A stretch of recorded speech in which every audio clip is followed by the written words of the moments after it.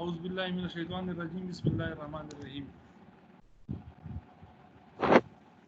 हमारा जो main topic है वो है management of library automated system, जिसमें हमने मैनेजमेंट के बारे में पढ़ा। फिर उसकी मैंने कहा कि एक ओपन सोर्स सॉफ्टवेयर है, उसको एज ए एग्जांपल लेके हम देखेंगे कि उसकी ऑटोमेटेड सिस्टम की हम मैनेजमेंट कैसे करते हैं। ठीक है, तो उसमें मैंने आप लोगों को कमर्शियल सॉफ्टवेयर के बारे में बताया, ओपन सोर्स सॉफ्टवेयर के बारे में बताया, फिर मैंने आपको कोहा के बारे में बताया क्योंकि ये इंटरनेशनली सबसे ज़्यादा इस्तेमाल होने वाला सॉफ्टवेयर है, ताकि इसके बारे में हम पढ़ेंगे। तो ये भी ऑटोमेटेड सिस्टम है, मतलब लाइब्रेरी ऑटोमेशन के लिए यूज़ होता है, जिसमें जब भी हम किसी सॉफ्टवेयर के बारे में बात करते हैं हम कहते हैं कि इसमें कौन कौन से मॉड्यूल्स हैं। ठीक है, तो मॉड्यूल जितने ज़्यादा होंगे तो उतना वो सॉफ्टवेयर अच्छा सॉफ्टवेयर और बड़ा सॉफ्टवेयर कहलाएगा। तो इसमें सबसे पहले अगर हम देख लें तो जब हम कोहा का लाइब्रेरियन इंटरफेस खोलते हैं, कोहा के दो इंटरफेसेस हैं, एक है यूज़र इंटरफेस, एक है लाइब्रेरियन इंटरफेस। तो यूज़र इंटरफेस को हम ओपेक कहते हैं, और लाइब्रेरियन इंटरफेस जो है इसको हम सॉरी, ये दूसरा इंटरफेस जो है जिसमें लाइब्रेरियन काम करते हैं, इसको लाइब्रेरियन इंटरफेस कहते हैं। लाइब्रेरी इंटरफेस में सबसे पहले आप देख लें कि हमारे पास है सर्कुलेशन मॉड्यूल। सर्कुलेशन मॉड्यूल में हम किताबों को इशू और रिटर्न करते हैं। ठीक है, दूसरा हमारे पास है कैटलॉगिंग मॉड्यूल। कैटलॉगिंग मॉड्यूल में हम क्या करते हैं, इसमें हम जो हमारे लाइब्रेरी मटेरियल्स हैं उनकी एंट्री करते हैं। फॉर एग्जांपल बुक्स की एंट्री है या नॉन बुक मटेरियल की है, सीरियल पब्लिकेशंस की है, जर्नल्स की, मैगजीन्स की है, रिपोर्ट्स की है। तो जो भी हमारे पास लाइब्रेरी रिसोर्सेज होते हैं उनको हम इस कैटलॉग में क्या करते हैं, एंटर करते हैं। कैटलॉग में उसकी एंट्री होती है। इंपोर्ट एक्सपोर्ट भी हम करते हैं कैटलॉग में। पैटर्न्स ये यूज़र्स को कहता है और लाइब्रेरी स्टाफ को भी कहता है। मतलब जितने भी हमारे पास लाइब्रेरी यूज़र्स हैं उनको भी हम पैटर्न कहते हैं, कोहा जो है उनको पैटर्न के नाम से जानता है, और जो हमारे लाइब्रेरी स्टाफ है उनको भी हम पैटर्न्स कहते हैं। तो पैटर्न्स की मैनेजमेंट हम इस मॉड्यूल में करते हैं।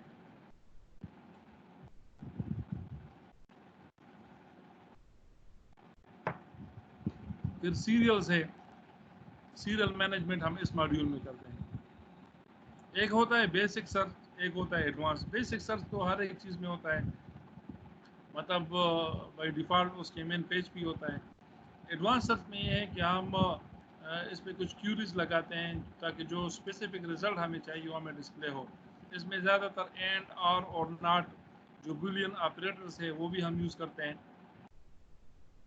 इक्विजिशन, इक्विजिशन इसका सबसे पहला मॉड्यूल हम कह सकते हैं इसको, जिसमें हम काम करते हैं ना। इक्विजिशन में हम क्या करते हैं, बजट डिफाइन करते हैं, बजट के मुख्तलिफ हेड्स डिफाइन करते हैं, वेंडर्स की वेंडर्स जैसे हमने परचेजेस करनी होती है या सब्सक्रिप्शन करनी होती है, उनका सारा डेटा भी इसमें अवेलेबल होता है। तो एक्विजिशन सेक्शन में हम वो काम करते हैं जिससे हम कुछ चीज़ें एक्वायर करते हैं या परचेज करते हैं या हम सब्सक्रिप्शन उसकी लेते हैं। तो हम एक्विजिशन या हम बजट जो है डिफाइन करते हैं, उसके मुख्तलिफ रेट्स डिफाइन करते हैं, या हम करेंसीज वगैरह, तो हम सारे एक्विजिशन में करते हैं। लिस्ट है, लिस्ट में हम क्या करते हैं, लिस्ट में हम फॉर एग्ज़ाम्पल आप लोगों की जो यूनिवर्सिटी की लाइब्रेरी है तो उसमें तो बहुत सारे सब्जेक्ट से रिलेटेड किताबें होंगी। तो आप क्या करते हैं, फॉर एग्ज़ाम्पल आप लाइब्रेरी साइंस के स्टूडेंट हैं, आप को एक किताब चाहिए क्लासिफिकेशन के हवाले से। तो जब आप क्लासिफिकेशन का कीवर्ड यूज़ करते हैं अपने ओपेक में, तो बहुत सारी किताबें आ जाती हैं, 1 2 या 3 या 5 या 10 या जितनी भी आपकी लाइब्रेरी में क्लासिफिकेशन से रिलेटेड किताबें हो। तो आप क्या करो, आप एक मतलब दूसरे लोगों की आसानी के लिए और अपनी आसानी के लिए भी एक लिस्ट क्रिएट करो। तो वो लिस्ट हम यहाँ से क्रिएट करते हैं कि जिसमें हम अपने सब्जेक्ट से रिलेटेड या जो हमारा एरिया ऑफ इंटरेस्ट है उससे रिलेटेड हम एक लिस्ट बना लेते हैं। फॉर एग्जांपल आप क्लासिफिकेशन का एक लिस्ट बनाते हो, तो क्लासिफिकेशन से रिलेटेड जितनी भी किताबें आप उस लिस्ट में डालते हो, या आप कहते हो कि नहीं मैं लाइब्रेरी साइंस का स्टूडेंट हूँ, तो मैं क्या करता हूँ, लाइब्रेरी साइंस से रिलेटेड जितनी भी किताबें हैं वो इस लिस्ट में मैं डाल लेता हूँ। ठीक है, तो लाइब्रेरियंस भी एक काम कर सकते हैं। लाइब्रेरियन के लिए फ़ायदा फिर क्या होता है, जब वो सब्जेक्ट वाइज इसकी अरेंजमेंट करता है।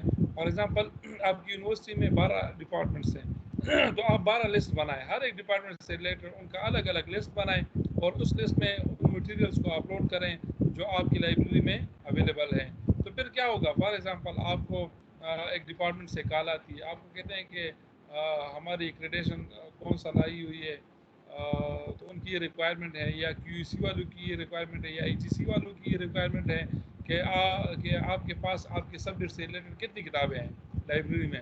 तो अगर आप लोगों ने पहले से लिस्ट बनाए होंगे तो आपके लिए आसान होगा, जस्ट आप वो लिस्ट जो है उनके साथ शेयर कर लेंगे, तो ये आपके लिए भी आसानी रहेगी। इस तरह स्टूडेंट पॉइंट ऑफ व्यू से मैंने कहा वो हम ओपेक में लिस्ट बनाते हैं। यहाँ से लिस्ट जो बनते हैं वो यूज़र्स, जो लाइब्रेरी स्टाफ है वो बनाते हैं, जो यूज़र्स होते हैं वो ओपेक से लिस्ट बनाते हैं, उधर भी उनको एक ऑप्शन अवेलेबल है लिस्ट की। तो ये थोड़े से जो फ़ायदे थे लिस्ट के मैंने आपको बताए वो हम यहाँ पे करते हैं। फिर रिपोर्ट्स जो मॉड्यूल्स हैं हमारे पास,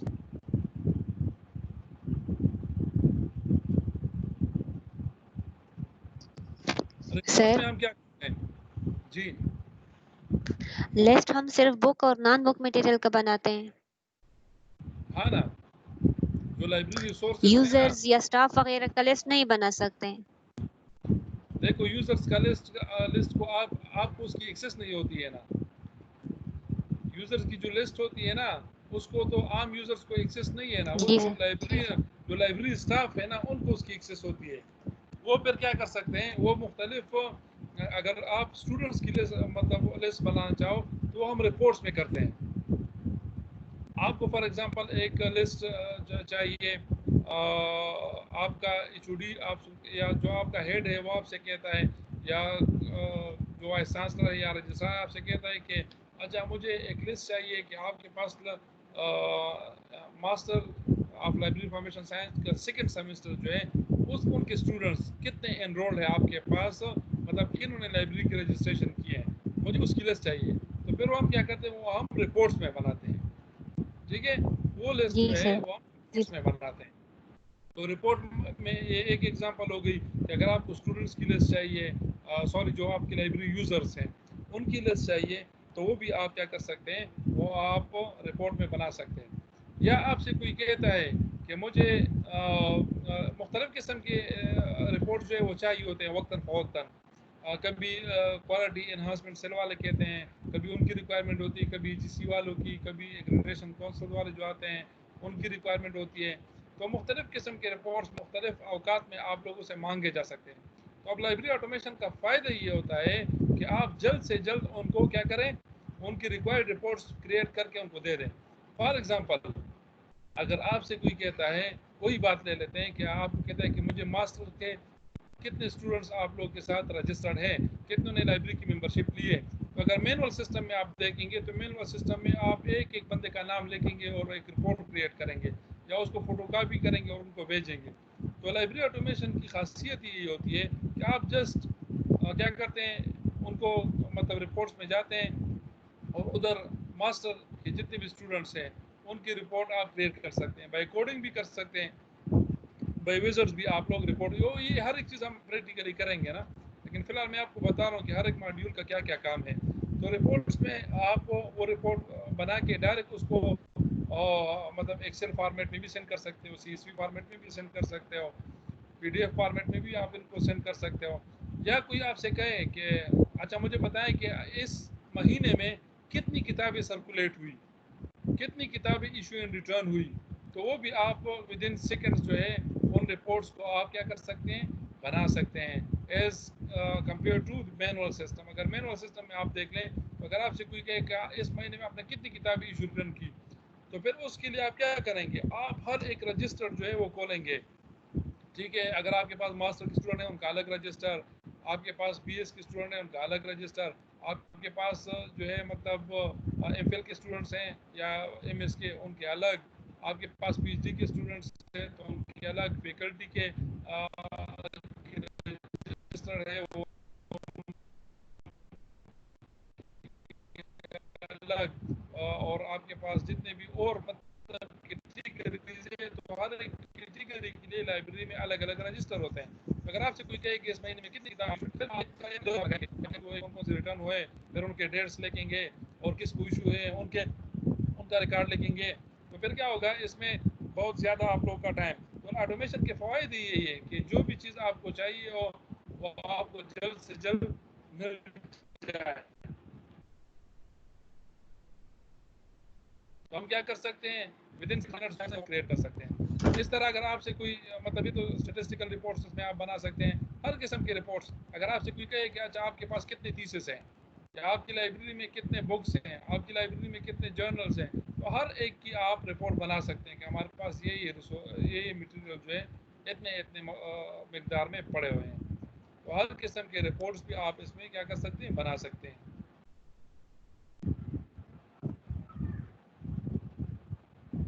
फिर हम आते हैं अथॉरिटीज़ को। हम फिर उधर प्रैक्टिकली मैं आपको बताऊंगा कि मुख्तलिफ़ किस्म के अथॉरिटीज़ जो है हम इसमें क्रिएट कर सकते हैं। टूल्स में हम क्या कर सकते हैं, देखो हर एक सॉफ्टवेयर के एक दो ऐसी वो होती हैं कि जिसको हम कहते हैं सेटिंग्स, ठीक है। तो टूल्स हमारे पास वो औजार होते हैं जिसके जिसके ज़रिए से हम इसमें मुख्तलिफ़ किस्म के काम कर सकते हैं। फॉर एग्ज़ाम्पल अगर मैं टूल्स की बात करूँ तो उसमें हम क्या कर सकते हैं, दूसरे सॉफ्टवेयर से डेटा उठा के इसमें ला सकते हैं। यहाँ से डेटा उठा के मतलब इंपोर्ट एक्सपोर्ट ऑफ पैटर्न्स जो हो गए, इंपोर्ट एक्सपोर्ट्स ऑफ मतलब रिकॉर्ड्स हो गए। अगर हमने हमारे पास किसी और सॉफ्टवेयर में एक्सेल में डेटा पड़ा है उसको हम उठा के लाएंगे इस कोहा सॉफ्टवेयर में, तो उसका फिर अलग तरीका कार है। मार्केटेड सॉफ्टवेयर के ज़रिए से हम उसको मार्क कंपेटेबल बनाते हैं, फिर इस सॉफ्टवेयर में लेके आते हैं, फिर उस टूल से आप वो करते हैं। आप for example span label create करते हैं, तो स्पैन लेबल क्रिएट करने के लिए भी आपने टूल्स में जाना है।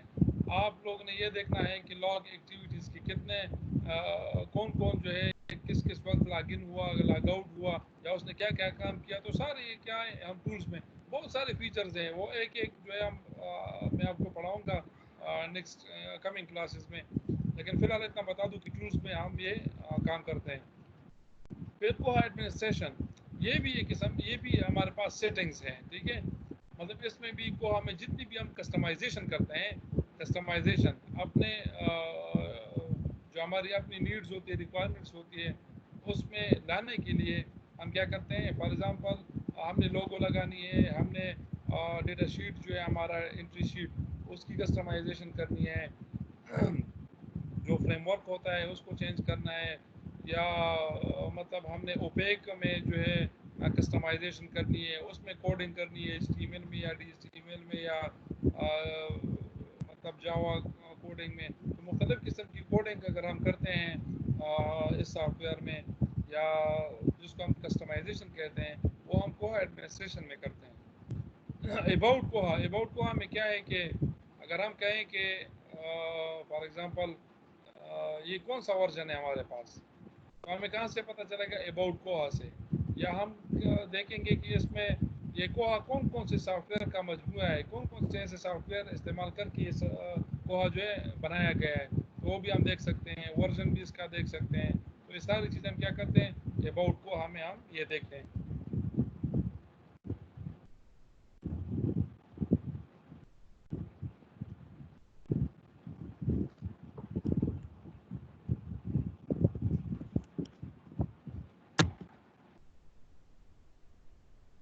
अच्छा, इसके बाद मॉड्यूल्स, जो मेन मॉड्यूल्स थे, इससे और भी मॉड्यूल्स हैं जो हम फ्रंट पेज पे ला सकते हैं, ठीक है। या और भी मॉड्यूल्स है जो फ्रंट पेज पे नहीं है, कोहा के मेन मॉड्यूल्स मतलब फ्रंट पेज पे नहीं है, लेकिन कहीं और पड़े हुए हैं, और अगर हमें उनकी ज़रूरत है तो हम मेन पेज में भी उसको ला सकते हैं। अगर और मॉड्यूल कोई ऐसा हो जो इसमें रह गया हो, तो हम क्या कर सकते हैं, वो इधर ला के इसमें एडजस्ट कर सकते हैं मेन पेज पे। अब ये सबसे पहले काम आपने क्या करना है, देखो सबसे पहले तो इंस्टॉलेशन होती है, लेकिन इंस्टॉलेशन इस स्टेज पे मैं आप लोग को इसलिए और मेरी वीडियोस भी पड़ी है ऑनलाइन यूट्यूब पे, वो भी आप देख सकते हैं। मैं प्रैक्टिकली भी आप लोगों को इंशाल्लाह पढ़ाऊंगा अगर मौका मिला। तो सबसे पहला स्टेप क्या होता है कोहा में, सबसे पहला स्टेप ये होता है कि आपने, ये तो फ्री एंड ओपन सोर्स है ना, ऑनलाइन अवेलेबल है, लेकिन क्या है, आपको आपकी इतनी एक्सपर्टी होनी चाहिए कि ये चूंकि लाइनक्स बेस्ड है, तो आपको लाइनक्स ऑपरेटिंग सिस्टम इंस्टॉल करना आता हो। जब आप लोग वो इंस्टॉल कर लेते हैं, फिर उसके बाद मतलब मेरा ब्लॉग है उस पर भी मेथड मैंने दिया हुआ है, मेरे यूट्यूब चैनल पे भी मैंने दिया हुआ है कि मतलब आप उसकी इंस्टॉलेशन कैसे करते हैं। कुछ स्टेप्स होते हैं, कमांड्स होते हैं जो हमने अप्लाई करने होते हैं और वो इंस्टॉलेशन उसकी हो जाती है। लेकिन बहरहाल मैं आप लोगों को फिर बताऊंगा, इंस्टॉलेशन आपकी चूंकि वो वन टाइम एफर्ट है, वो आपके लिए कोई भी कर सकता है। आपकी फॉर एग्जांपल किसी लाइब्रेरी में रिक्वायरमेंट हुई है और आप चाहते हैं कि मैं लाइब्रेरी ऑटोमेशन करूं, तो आप लोग कोहा को अडॉप्ट करना, डिप्लॉय करना चाहते हैं अपनी लाइब्रेरी में, तो आप किसी भी एक्सपर्ट को कह सकते हैं, रिक्वेस्ट कर सकते हैं या उनको पेमेंट पे बुला सकते हैं कि आप आएँ और हमारे लिए इंस्टॉलेशन कर लें। तो वो इंस्टॉलेशन चूँकि वन टाइम है, तो वो हम फिर थोड़ा बाद में करेंगे। यहाँ पे फिजिकल क्लास लेंगे तो उधर जो है मैं आप लोगों को प्रैक्टिकली बताऊंगा कि इसकी इंस्टॉलेशन हमने कैसे करनी है। लेकिन तरीके बताता हूँ। एक तो ये कि आप, एक तरीका है कि आप लाइनक्स ऑपरेटिंग सिस्टम इंस्टॉल कर लें अपने कंप्यूटर पे। फिर उसके बाद आप क्या करें, कोहा का सॉफ्टवेयर जो है वो भी ऑनलाइन पड़ा हुआ है, आप ऑनलाइन उसकी इंस्टॉलेशन कर सकते हैं, उसके कुछ स्टेप्स हैं। दूसरा तरीका ये है कि फॉर एग्जांपल दुनिया में मुख्तलिफ कंपनियाँ हैं जिन्होंने अपने आईएसओ बनाई होती है। उस आईएसओ को, उसमें उन्होंने क्या किया होता है, ऑलरेडी सब कुछ कॉन्फ़िगर किया होता है, उसको इंस्टॉल किया होता है और फिर उसकी आईएसओ फाइल बनाती है। जब वो आईएसओ फाइल आप अपने लैपटॉप में या कंप्यूटर में डालते हैं और आप वो मतलब ग्राफिकल मोड में आप उसको क्या करते हैं, जस्ट नेक्स्ट नेक्स्ट और येस और मतलब इस तरह की ग्राफिकल मोड में आप उसकी इंस्टॉलेशन करते हैं, जिस तरह हम लाइनक्स की करते हैं। तो जब वो इंस्टॉल हो जाता है तो ऑटोमेटिकली आपका लाइनक्स भी इंस्टॉल हो जाता है, आपका कोहा सॉफ्टवेयर जो है वो भी इंस्टॉल हो जाता है। तो ये सबसे आसान तरीका है जिसको हम लाइब्रेरियन ज़्यादातर यूज़ करते हैं। अब पाकिस्तान में कौन इसको प्रोवाइड कर रहा है? पाकिस्तान में हमारे पास वो शेर अफजल साहब की कंपनी है फुल स्टैक सोल्यूशन के नाम से। तो फुल स्टैक सोल्यूशन वाले जो हैं वो भी वक्तन फ़वक्तन अपनी नई नई आईसोस जो है बना के ऑनलाइन अपलोड करती हैं, फिर लोग जो है उसको डाउनलोड करके मतलब इंस्टॉल करते हैं। तो ये आसान तरीका है। दूसरी हमारे पास है अतौर मान साहब की एक कंपनी है टोटल लाइब्रेरी सोल्यूशन, ये मैं पाकिस्तान की बात कर रहा हूँ। वो है टोटल लाइब्रेरी सोल्यूशन। तो वो भी अपनी जो है मतलब आईएसओ फाइल बनाते हैं जिसको हम कहते हैं लाइव डीवीडी। ठीक है, लाइव डीवीडी हम उसको कहते हैं। तो उनके वेबसाइट पे भी पड़ी होती है, वक्तन फ़वक्तन वो नए नए वर्जन जब इसके आते हैं तो वो नई नई आईएसओ बना के अपलोड करते हैं और जिससे हम फ़ायदा उठा सकते हैं। मैंने अपनी भी आईएसओ जो है वो क्रिएट की हुई है, कोहा की भी और डिस्पेस की भी। तो वो भी मैंने अपने ब्लॉग पे जो है वो रखी हुई है, वहाँ से भी लोग मतलब उसको डाउनलोड करके इंस्टॉल कर सकते हैं। तो ये मतलब जहाँ तक मेरा इल्म है तो मतलब ये दो कंपनियाँ हैं और मैंने भी बज़ात खुद इसकी अपनी आईएसओ बनाई हुई है और अपने ब्लॉग पे इसको दिया हुआ है। वहाँ से भी आप लोग क्या करते हैं, मतलब उसको आईएसओ फाइल को डाउनलोड करते हैं, फिर उसको बर्न करते हैं यूएसबी पे। ठीक है, जिस तरह आप विंडोज़ की आजकल, पहले तो हम सीडीज और डीवीडी से इंस्टॉलेशन करते थे माइक्रोसॉफ्ट विंडोज़ की, आजकल यूएसबी से होती है। तो जिस तरह आप विंडो की इंस्टॉलेशन यूएसबी से करते हैं, इसी तरह आप जो आईएसओ फाइल है जिसमें लाइनक्स भी होता है, जिसमें कोहा भी इंस्टॉल हुआ होता है, तो ये सारे सॉफ्टवेयर ऑटोमेटिकली उसके साथ इंस्टॉल हो जाते हैं। जब इंस्टॉलेशन कंप्लीट हो जाए तो आपके सामने जो आप ये देख रहे हैं, ये राइट साइड पे मैंने एक इमेज दिया हुआ है। तो जब लाइनक्स ऑपरेटिंग सिस्टम ओपन होता है तो उसमें आप सबसे ऊपर देख लें मोज़िला फायरफॉक्स। ये मोज़िला फायरफॉक्स ब्राउज़र यूज़ करता है। ठीक है, मतलब लाइनक्स में बाय डिफ़ॉल्ट हमारे पास मोज़िला फायरफॉक्स का ब्राउज़र जो है वो अवेलेबल होता है। तो जब वो ऑलरेडी सारी कॉन्फ़िगरेशन हुई हुई या आपने इंस्टॉलेशन कर ली, तो इंस्टॉलेशन के बाद सबसे पहला स्टेप ये है कि जब आपके पास ये ओपन हो जाए लाइनक्स ऑपरेटिंग सिस्टम, तो उसमें सबसे पहले आप कहाँ जाएंगे, मोज़िला फायरफॉक्स में जाएंगे। मोज़िला फायरफॉक्स, ये मैंने स्टेप्स लिखे हुए हैं कि how to create library in Koha. तो सबसे पहला काम आपने क्या करना है कि आपने लाइब्रेरी को क्रिएट करना है। सबसे पहला काम इंस्टॉलेशन के बाद क्या होता है कि आपने अपनी लाइब्रेरी को क्रिएट करना है, मतलब अपनी लाइब्रेरी का नाम लिखना है। उसके लिए आपने अपना यूज़र नेम लाइब्रेरियन जो है वो क्रिएट करना है, अपना यूज़र नेम पासवर्ड देना है। लेकिन सबसे पहला स्टेप क्या है, वो है इधर मैंने लिखा है स्टेप 1। इट मीन्स कि how to create library in Koha. तो लाइब्रेरी क्रिएशन, ये हम क्या कर रहे हैं, ये किस्म का हम छोटा सा डेटाबेस बनाने जा रहे हैं।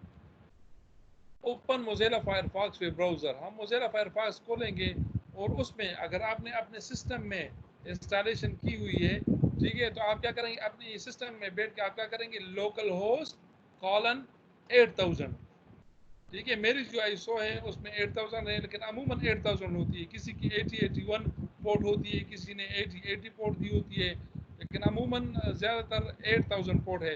वो जो भी आईएसओ आप लोग डाउनलोड करते हैं, ठीक है, तो आप लोग उससे देख सकते हैं कि उन्होंने पोर्ट कौन सा दिया हुआ है। तो सबसे पहले आप क्या करेंगे, लोकल होस्ट कॉलन 8000 ये लिखेंगे।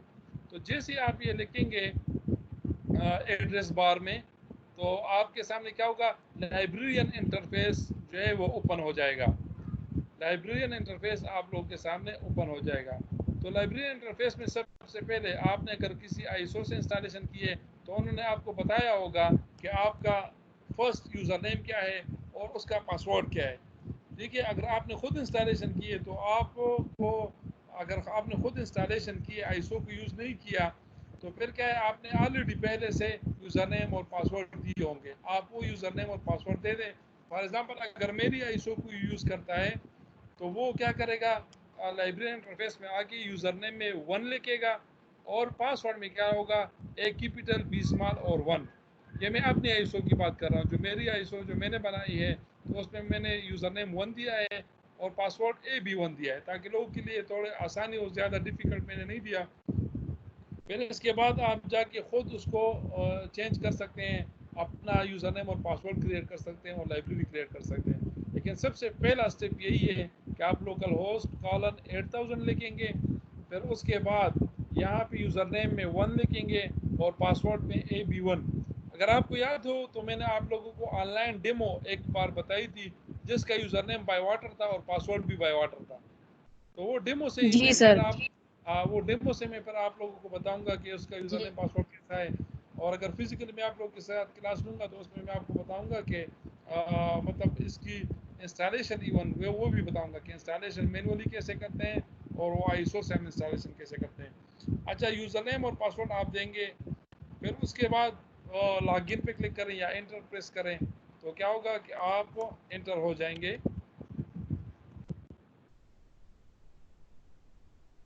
ये मॉड्यूल्स आपके सामने नज़र आएंगे। जब आपका पासवर्ड और यूज़र नेम आप सक्सेसफुली लॉगिन हो जाएं तो मेन स्क्रीन जो होगा लाइब्रेरी इंटरफेस वो इस तरह आप लोग को दिखाई देगा। तो इसमें सबसे पहले काम आपने क्या करना है, हमने लिखा है ना कि how to create a library. It means कि हम अपनी इस डेटाबेस में एक नया डेटाबेस एक किस्म का बना रहे हैं जिसमें हम अपनी लाइब्रेरी का डेटा डालेंगे। तो उसके लिए सबसे पहले आपने क्या करना है, आपने कोहा एडमिनिस्ट्रेशन पर क्लिक करना है। जैसे ही आप कोहा एडमिनिस्ट्रेशन पर क्लिक करेंगे आप लोगों के सामने एक स्क्रीन ओपन हो जाएगी, जिसमें सबसे पहले ये मैंने मतलब जो स्टेप्स लिखे हैं इन स्टेप्स को भी आप लोग फॉलो करें तो आप अपनी लाइब्रेरी क्रिएट कर सकते हैं। ठीक है, तो इन स्टेप में सबसे पहले हमने क्या करना है, जब यूज़र नेम पासवर्ड उधर दे दिया उसके बाद हमने कोहा एडमिनिस्ट्रेशन पर क्लिक किया।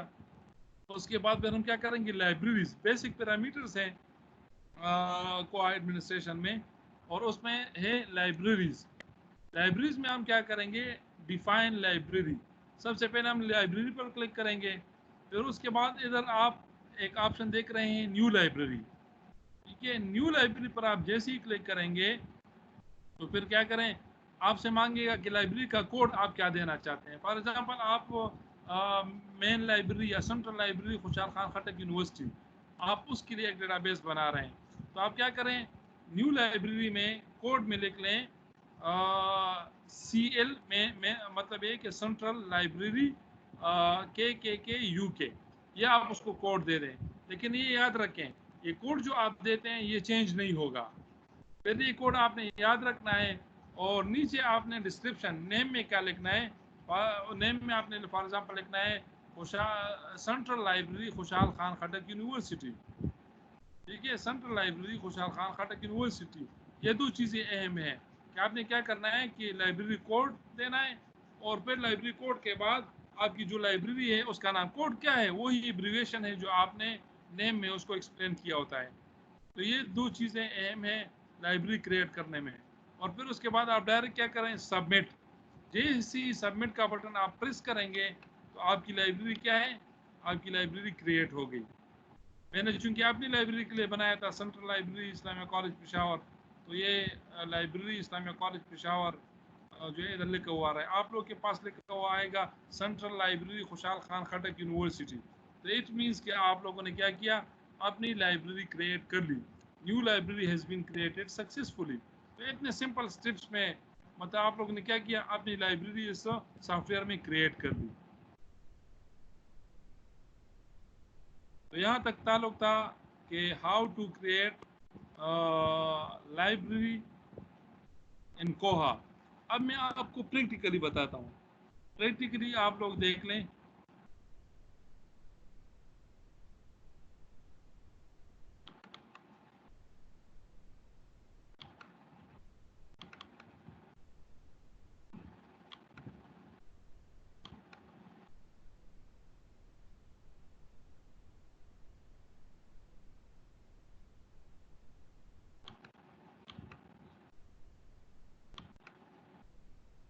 अच्छा, इधर मैं क्या करता हूँ, मैं ऑनलाइन आपको, क्योंकि अभी तो हर एक के पास इंस्टॉल नहीं है, तो मैं क्या करता हूँ आपको ऑनलाइन ही बताता हूँ कि आप इसमें प्रैक्टिस कैसे करेंगे। आप लिखें koha-community.org, अपने ब्राउज़र में लिखें एड्रेस बार में koha-community.org। तो koha-community.org लिखने के बाद आप लोग के सामने ये कोहा का मेन वेबसाइट जो है ये ओपन हो जाएगा। मैंने आप लोग को प्रेजेंटेशन में बताया था ना कि हमारे पास लेटेस्ट वर्जन जो है वो 20.05 है।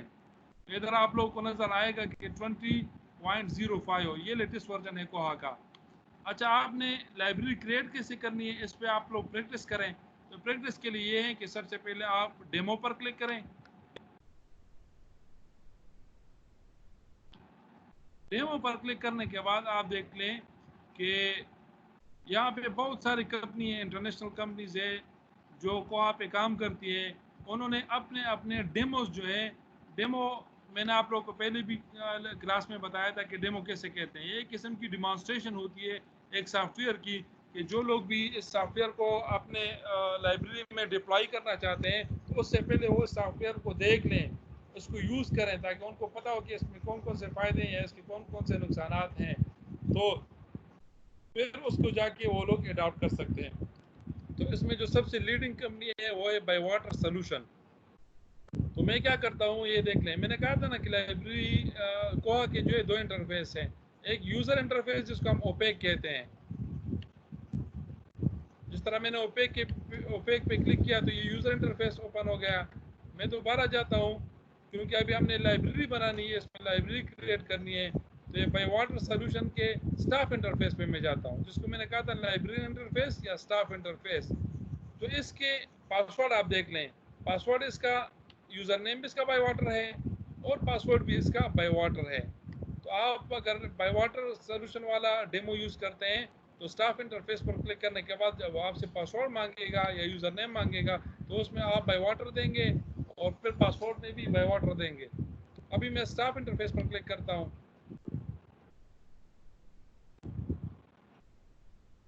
आप देख रहे हैं ये स्क्रीन हमारे सामने आ गई है।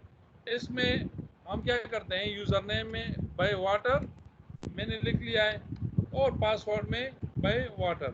वो जो प्रेजेंटेशन में मैंने आपको बताया था तो मैंने यूज़र नेम 1 दिया था, पासवर्ड AB1, लेकिन वो अगर आप इंस्टॉल करते हैं वो यूज़ करते हैं फिर उसका है। अभी तो हम चूंकि इस डेमो को यूज़ कर रहे हैं तो इनका यूज़र नेम और पासवर्ड ये है, बायवाटर और बायवाटर। फिर उसके बाद हम लॉगिन पर क्लिक करते हैं।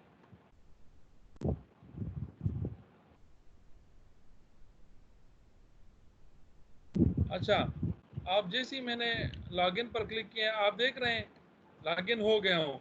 तो मैंने क्या कहा था कि सबसे पहले हम क्या करेंगे, हम कोहा एडमिनिस्ट्रेशन में जाएंगे। कोहा एडमिनिस्ट्रेशन में जाके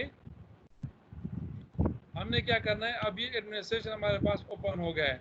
सबसे पहले मैंने कहा था कि बेसिक पैरामीटर्स में आके हमने लाइब्रेरीज पर क्लिक करना है। तो मैं लाइब्रेरी पर क्लिक करता हूँ। लाइब्रेरी पर क्लिक करने के बाद मैंने आपको बताया था कि आप न्यू लाइब्रेरी पर क्लिक करेंगे। अब मैं न्यू लाइब्रेरी पे क्लिक करता हूँ। यहाँ देख लें जो कंपल्सरी चीज़ें थी वो मैंने आपको बताई थी कि लाइब्रेरी कोड। फॉर एग्जांपल आप सेंट्रल लाइब्रेरी खुशाल खान खटक यूनिवर्सिटी के लिए मतलब ये लाइब्रेरी क्रिएट करना चाहते हैं तो CL खुशाल खान खटक यूनिवर्सिटी करक CLKKK ये मैंने इसको दे दिया है। फिर इधर मैं डिस्क्रिप्शन में नेम में लिखता हूँ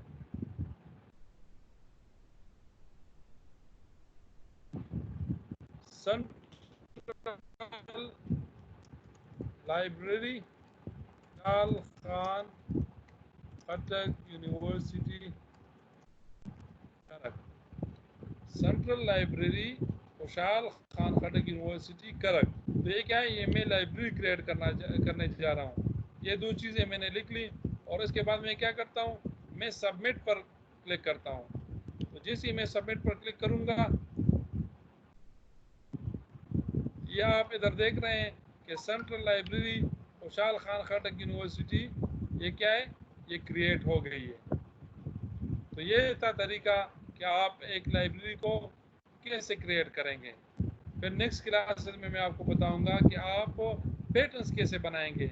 सबसे पहले तो आपने लाइब्रेरी, सपोज लाइब्रेरी का बिल्डिंग है वो आपने बना लिया, फिर उसके बाद आप क्या करते हैं, स्टाफ हायर करते हैं ताकि वो उसमें काम कर सकें। तो इसी तरह हमने क्या किया, सबसे पहले हमने लाइब्रेरी क्रिएट की, लाइब्रेरी जो हमने अपने नाम से मंसूब की, जो हमारी लाइब्रेरी का नाम है वो हमने इसको दे दिया। फिर सेकंड स्टेप में आप क्या करेंगे, उसमें लाइब्रेरी स्टाफ को इंट्रोड्यूस करेंगे। तो सबसे पहले हम चीफ लाइब्रेरियन जो होता है, जो हेड होता है लाइब्रेरियन, उसकी आईडी क्रिएट करेंगे और उसको सारे प्रिविलेजेस देंगे। फिर उसके बाद फर्दर जो है और पैटर्न्स हम क्रिएट करेंगे। तो यहाँ तक जो तरीका था कि हम लाइब्रेरी को कैसे क्रिएट करेंगे वो मैंने आपको बता दिया है कि हाउ टू क्रिएट लाइब्रेरी। इंशाल्लाह नेक्स्ट क्लास में मेरा फिर आप लोग को बताऊंगा कि हाउ टू क्रिएट पैटर्न्स हम कैसे बनाएंगे, उसमें मतलब लाइब्रेरियन कैसे बनाएंगे, ये फर्दर क्लासेस में इंशाल्लाह हम पढ़ेंगे। तब तक के लिए इतना काफ़ी था।